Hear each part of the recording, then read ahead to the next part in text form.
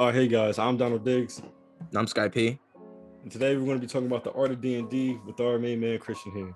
Now, a little bit of what's going on is going to be expected in this episode. So, as far as what we're going to be talking about, we're obviously going to be talking about the D&D and the server that he runs. We're going to ask him a few questions, and then we're going to slide into some topics that we wanted to bring up to you tonight. So, as far as that being said, Christian, you got the floor.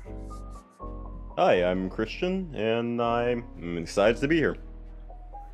Love to have you. So, what got you into D&D? Well, I was looking for a story-based game that I could play with some friends, and D&D seemed to be that game I wanted to play. It allowed me to improve my improv skills, build my conversational skills, and really be free as a fantasy character, and I wouldn't have to be confined to the limits of being a human here. So D&D really allows me and other people and my friends to express themselves in whatever way they want, as long as the Dungeon Master allows it. And you know what? I get what you mean by that, because like when you play a game, you want to feel like you're the character, like you want to feel that like that gritty grindiness of like being involved in and tuned into the story as far as what you're playing. Like whether it be like if you're playing Halo and like you Master Chief, like you run this whole galaxy, like you know what I'm saying, or like Yeah. something like like that, or you playing a zombie game, you like, well, damn, I guess I gotta survive. Like it gives that same that same mentality and that same freedom of being who you are while playing a game and being in it. Kind of gives you the freedom of, like you said, being someone else while being yourself. And I totally understand that feeling. Yep, you can literally put your shoes into a barbarian, and you can, for instance, in my last session, I was forced to be a barbarian therapist for someone who is scared of snakes. And the irony of it is that my character was a dragonborn, and that's a derivative of a snake. So it was pretty fun handling that. Yeah, no, that definitely sounds funny. I ain't gonna cut. I'll ask the next question. What inspired you to build a community around, D&D? Well, didn't really have time to go to the D&D club at my school, since my school was like, as a senior, all the work is just like piling up on you, and you don't really have time to do what you really want to do. But with a Discord community, it allows me and my other friends to make time to play D&D whenever we can, and just not have to feel super bad if we have to miss a session, because the Dungeon Master is understanding, and they won't really penalize you because you have a life to handle. That's good.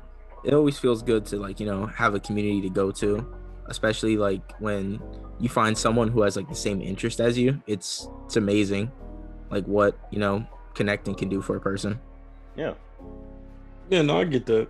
As far as piggyback off what Sky was saying, as far as the connecting and getting in tune with other people that share the same mindset as you, as far as when it comes to certain genres or topics that involve group-based communication. You know what I'm saying?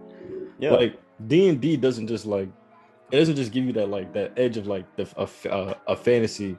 It also gives you that gives you actual like skills. Like it may sound weird, but it dead ass does give you like actual skills as far as communicating with your team and coming up with fast solutions like on the fly. Like, you get what I'm saying?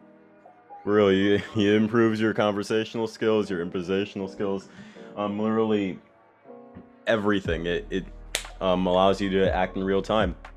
Yeah, like it's not like you can just pause the game. Like the dungeon master say something, like you gotta respond. Like, you know what I'm saying?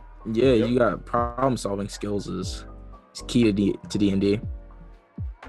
Yep, and if there's no present solution, make a solution. Yeah, that's facts. That's facts as far as how the game goes. But going off of that, do you have any hobbies, art, music, anything, etc.? Yeah, I love, as I said before, story based games were a real important passion to me. I love playing the games. I love making the games too. I'm an artist. I um, really like creating visual and musical art and learning how to code to maybe make my own story based game. Hmm, that's interesting. So like, I get you mean like you create the game. So like you like, how does a DM actually work? Like the DM writes the stories, or what goes on there? The DM doesn't necessarily write the story. They can write the story, but they don't have to. They just execute the story. It isn't like a script because that would be really weird if your players just went off the script and then you have nothing to work with. It's just like you have a place where you want to go and you um, just want your players to go in that general direction. You want to lead them to that general direction. You don't want them to think you're uh, a major enemy, nor like a super helpful friend. It's just that you're there to guide them the way they need to go. Hmm. I get that. I get what you're saying. So it's more of less of like, you have a lot of freedom when it comes to this game. Is from what I'm hearing you describe it as. You get what I'm saying? Like you Yeah. have like you can do anything as long as you, I assume, roll a high number. If that makes sense. Yeah, it really depends on how your dungeon master sets up the rules. Some dungeon masters, they just ignore the basic rules flat out and just go by house rules. But it's whatever goes, whatever happens, happens. Hmm. It's interesting. And just to piggyback, because I'm actually intrigued. 'Cause I always wanted to play the game, but I never understood how it worked. So let's say like you want a campaign to play. So like a campaign would be like a book that you would like buy, or like, you know what I'm saying? Yeah, or you can make your own campaign for free. That's true. So yeah, this game, all right, yeah, I rocks with it. This game gives you a lot of freedom. Like if you don't have the money to, you can write your own story, or if you want like, Or you can just grab a story off of Google if you want to. or Yeah. that too. There's nothing really stopping you, especially during COVID. I know it's harder to play D&D in like a Zoom call or a Discord call, and it really isn't the same, but nothing's stopping you from actually playing the game. Since with the power of Discord bots, they can roll your die for you, and then the Dungeon Master can tell you where you are by screen sharing the map or like giving you audio aids. Yeah. Very creative. But Scott, you got something you want to add in this little? Oh yeah. I remember my friends were telling me about like D&D, and much like Dino, I didn't really understand the game, but I was always like fascinated in it because I would see them play, roll die, and then like sometimes people would they'd get screwed over, and then it would just like people would just start laughing. So it seemed like a fun game to play, and your insight is kind of helping me like understand it a lot more. And I also do like how you can like make your own campaign. Oh yeah, especially okay, so I was a new player and I'm pretty much still a new player. I'm not the dungeon master of this session that I'm in. But if you really want to hop into it, all you need to do is just you don't even have to read that 300-page rule book because that's really intimidating at first. Just ask Dungeon Master if you want to join a game, and then they'll fill you in on the rules necessary rather than force you to read that intimidating book. That's what's up.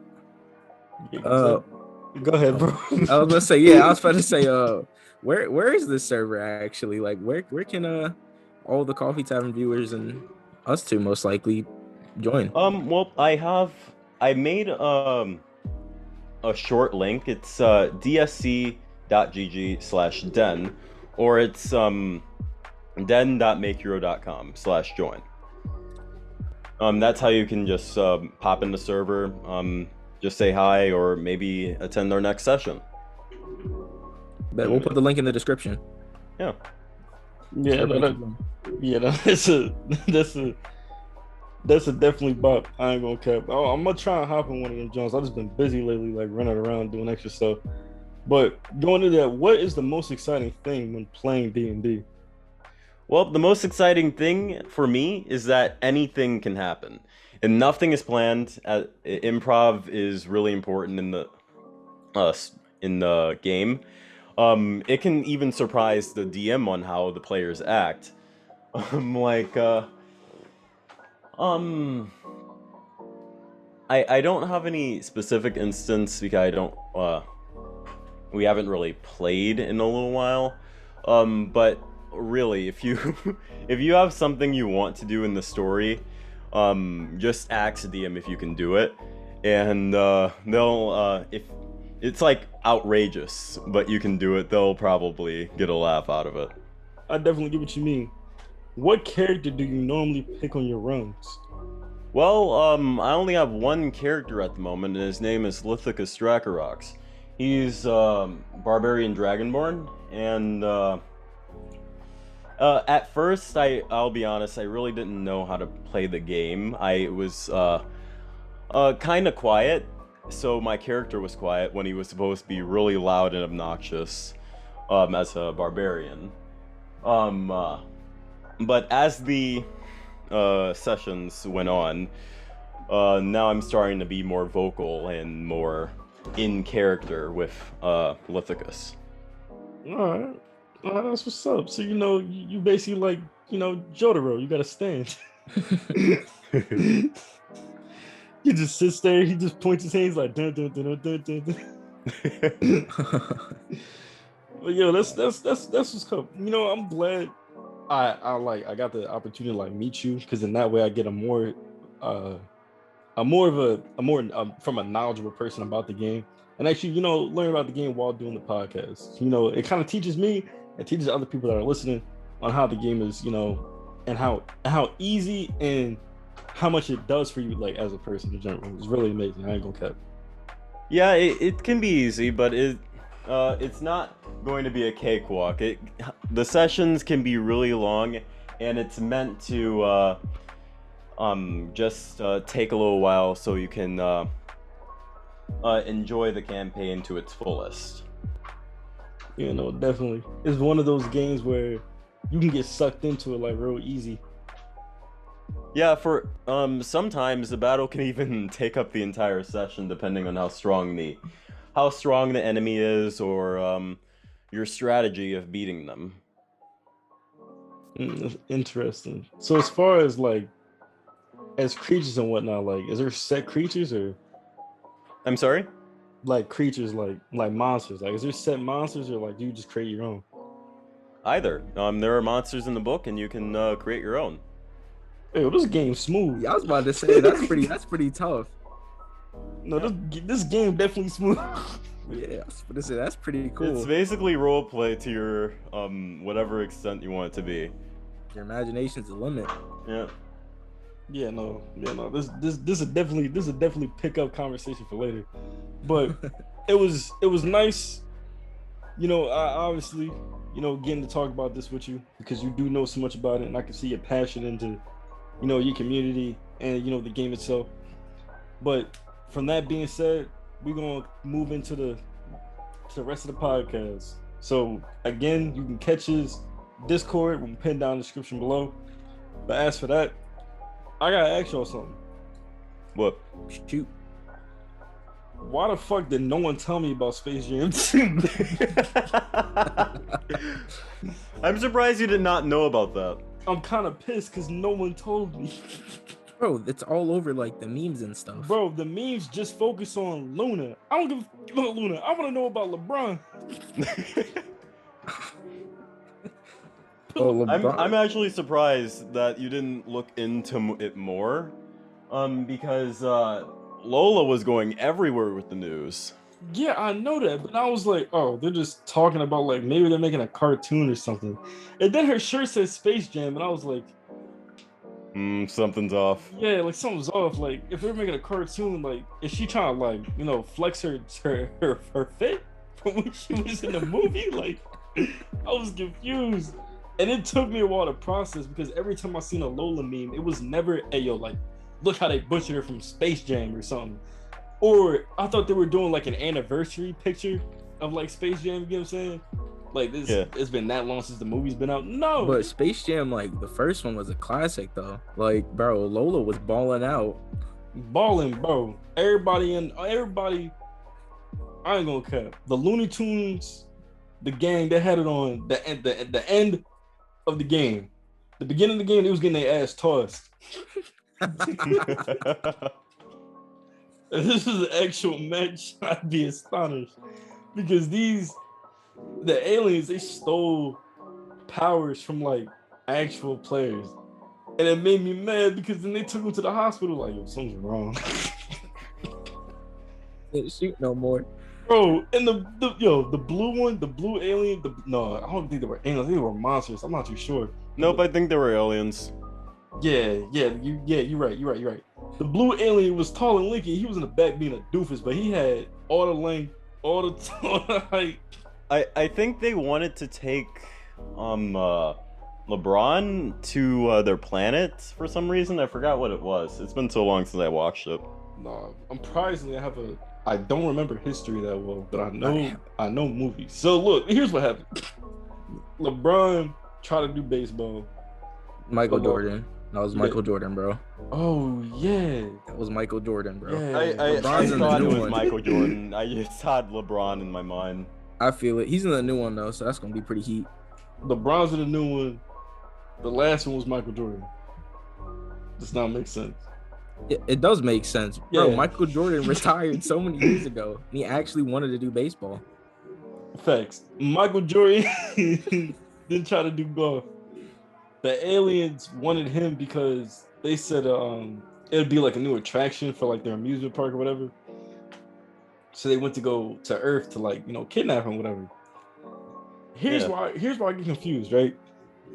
So they did all that to kidnap him, but they were from actual outer space. The Looney Tunes dragged him through a golf hole into their world. You get what I'm saying? So it's almost like it was a weird movie, I'll give you that. Like, it was weird. It was two worlds that they lived on. The Looney Tunes lived in their own dimension in Earth. And the aliens lived in actual outer space, and they came to Earth, then dipped into their universe. Like, bro, but you gotta think, like, the aliens boss dude, I forget homie's name. Bro, he was pretty smart with like what he wanted to do. Like, the whole thing, he wanted to have like homie chained up so that everyone could just go like pretty much score a basket on him and they would pay money for it. Yeah, no, that's definitely a cash grab, know what I'm saying? As far as amusement themed entertainment goes. It's humiliation and comedy. So like it kind of fit well into the for real. Imagine you like LeBron or Michael Jordan or even Kobe. You can't dunk no more. Exactly. You can't dunk and we can't do nothing. And this little kid's just scoring on you. Like, bro, I'd be upset. I wouldn't even be upset. I'd be baffled. I'd be done. Fed up. I just feel violated. You're gonna put me on the court, take away my J's, put me in chains and shackles. Exactly. That's not the cap. But as far as new shows and all that go off of, anyone and I mentioned this in the last podcast. I don't know if anyone's been keeping up with it. There's a new show, Invincible. It comes out March 26th. Can't wait to see that, John. Because it's again based off the comics. But Sky, I haven't talked to you about it, and I don't think I talked to Christian about it either. But any of you ever see that? I have not. Nope. Okay. Fill us in. When y'all get time, go look that up. Trust me. You won't be like that. You won't be like that. So what does he do, or the superhero do? Well, I describe the superhero is basically like Superman. Only difference is like this show is actually a lot more blood and gore, if that makes sense. So like they don't really hold back the censorship. So like they it's an adult cartoon, but it's Marvel. You know what I'm saying? I feel you. So it's just like I I guess I don't know if you've seen like, damn, I couldn't even compare it to that. I was gonna say like maybe like some of the new like Justice League movies that came out in like the past few years, but it's probably like a little more gory than that.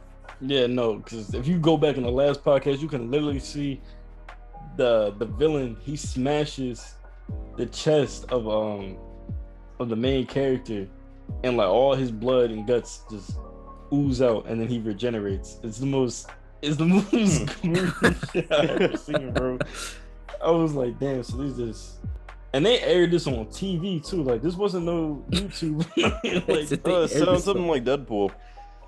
yeah. But even in the Deadpool movie, it wasn't all that, gory. You know what I mean? I mean, he did get ripped in half. Yeah, he got ripped in half. He got a lot of things happen to him. Yeah, but they made it look clean. You know what I'm saying? Like, it wasn't a whole big gush of blood or nothing. Like, you know what I mean? I mean, his intestines were kind of hanging out his body. All right, you know what? We'll talk about it later. So we're going to talk about it later. We'll talk about it later. But as far as new things that are coming out and all that, Sky, you got anything you want to bring up, Christian? Nope. Nope. Yeah, I was going to say, I don't really know anything new that's coming out. You usually be informing me about it, so. Fair enough. So as far as that goes, we're gonna wrap this up. Then it's a short one today. It's a short one. As far as what I want to do, because we are airing in on the end of the season. Christian, it was nice having you here as always. Or not great to be here. I don't know why I said as always. This is the first time on here. It was nice having you around. Nice talking to you, getting to know you about the D&D and how all that stuff works. Sky, you got anything you want to add? No, I don't. I'm glad to be back, and yeah, I guess that's about it. All right, well, that's gonna be it. It's gonna be episode 9. Christian, you wrap the season up. How you feel about that? You wrap the season up. Oh well, it's a wrap. Well, it's a wrap. Well, all right then. I'm Donald Diggs. I'm Sky P. And that's Christian Tony.